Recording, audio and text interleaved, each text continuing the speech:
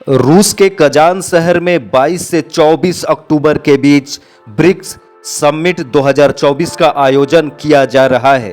क्या आप जानते हैं कि ब्रिक्स क्या है? भारत का दबदबा इस बार क्यों और बढ़ गया है? 4 नए देशों को ब्रिक्स में शामिल कराने में भारत का क्या अहम योगदान है? 2 दिवसीय ब्रिक्स सम्मेलन का एजेंडा क्या है? इन तमाम सवालों का जवाब हम अगले कुछ मिनटों में जानने का प्रयास करेंगे। वोल्गा नदी के किनारे बसे रूस के कजान शहर में 22 अक्टूबर से ब्रिक्स के 16वें शिखर सम्मेलन का आयोजन हो रहा है। ब्रिक्स के 16वें शिखर सम्मेलन की खास बात यह है कि इस बार समूह में 4 नए सदस्य देश ईरान, मिस्र, इथियोपिया और संयुक्त अरब अमीरात भी शामिल हो रहे हैं। प्रधानमंत्री नरेंद्र मोदी ब्रिक्स सम्मेलन में भाग लेने के लिए 2 दिनों के दौरे पर कजान पहुंचे हैं। यहां पहले बंद कमरे में बातचीत होगी और फिर ओपन प्लेनरी होगी, जिसमें पीएम मोदी कई नेताओं से द्विपक्षीय बातचीत भी करेंगे। सबसे पहले जानने का प्रयास करते हैं कि ब्रिक्स क्या है। ब्रिक्स BRICS 5 उभरती अर्थव्यवस्थाओं का एक अंतर्राष्ट्रीय समूह है, जिसमें ब्राजील, रूस, भारत, चीन और दक्षिण अफ्रीका शामिल है। हालांकि इस बार 4 नए देश ईरान, मिस्र, इथियोपिया और संयुक्त अरब अमीरात भी शामिल हो गए हैं। इसका उद्देश्य आर्थिक विकास, आपसी सहयोग और वैश्विक मंच पर सामूहिक आवाज उठाने के लिए एक मंच प्रदान करना है। वर्तमान में ब्रिक्स यूरोपियन यूनियन EU को पीछे छोड़कर दुनिया का तीसरा ताकतवर आर्थिक संगठन बन चुका है। 1990 के दशक में दुनिया की विदेश नीति में अमेरिका के दबदबे को चुनौती देने और आपसी संबंधों को मजबूत करने के लिए 3 देशों रूस, इंडिया और चीन ने मिलकर एक संगठन बनाया। उस वक्त समूह की अध्यक्षता रूसी नेता येवगेनी प्रिमाकोव ने की।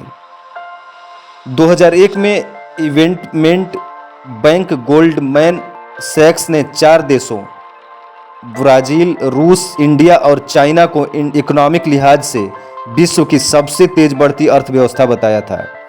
इसके बाद 2009 में इन चारों देशों ने मिलकर एक संगठन बनाया, जिसे BRIC नाम मिला। ब्रिक्स 2010 में अफ्रीका महाद्वीप का प्रतिनिधित्व करने के लिए साउथ के इस समूह का हिस्सा बनाया।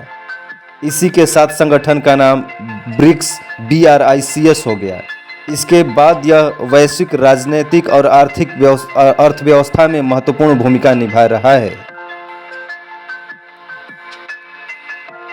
भारत की हाल के वर्षों में तेजी बढ़ती अर्थव्यवस्था ने इसे वैश्विक मंच पर एक प्रमुख खिलाड़ी बना दिया है।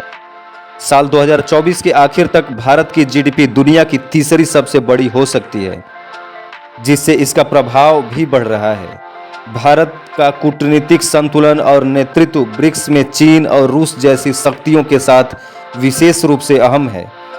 भारत ने व्यापार, सुरक्षा या जलवायु परिवर्तन समेत विभिन्न अंतर्राष्ट्रीय मंचों पर अपनी स्थिति को मजबूत किया है। भारत ने वैश्विक महामारी कोविड-19 के दौरान वैक्सीन सप्लाई, जलवायु परिवर्तन पर वैश्विक एजेंडा और वैश्विक व्यापार नियमों पर अग्रणी भूमिका निभाई है, जिससे इसका ब्रिक्स में प्रभाव और भी बढ़ गया है। 4 नए देशों को ब्रिक्स में शामिल कराने में भारत की अहम भूमिका रही है। भारत ने संगठन के नेताओं से बातचीत के दौरान इस बात पर जोर दिया कि ब्रिक्स में नई उभरती अर्थव्यवस्थाओं को शामिल कराना चाहिए, ताकि संगठन को वैश्विक स्तर पर और अधिक ताकत मिले।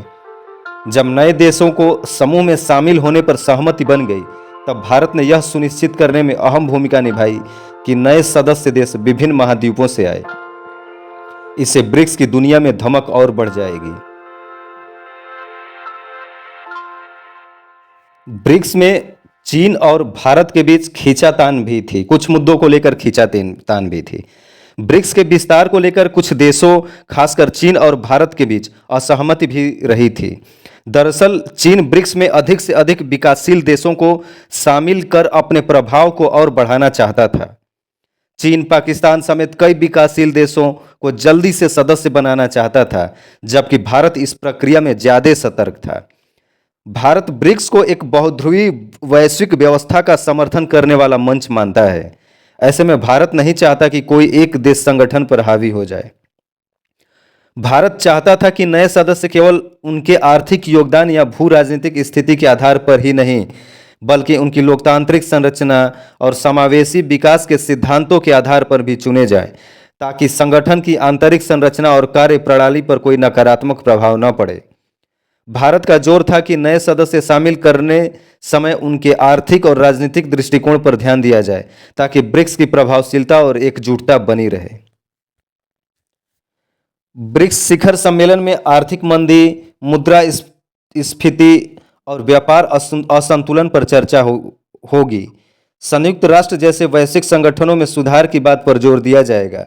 इसके साथ ही ब्रिक्स देशों के बीच तकनीकी सहयोग और डिजिटल अर्थव्यवस्था को बढ़ावा देने पर भी जोर दिया जाएगा। ब्रिक्स देश एक नई वैश्विक मुद्रा प्रणाली पर विचार कर रहे हैं, ताकि वे अमेरिकी डॉलर पर निर्भरता कम कर सकें और व्यापार को अधिक स्वतंत्र बना सकें।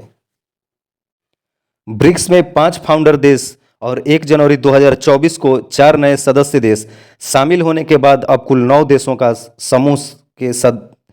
देश समूह के सदस्य हैं।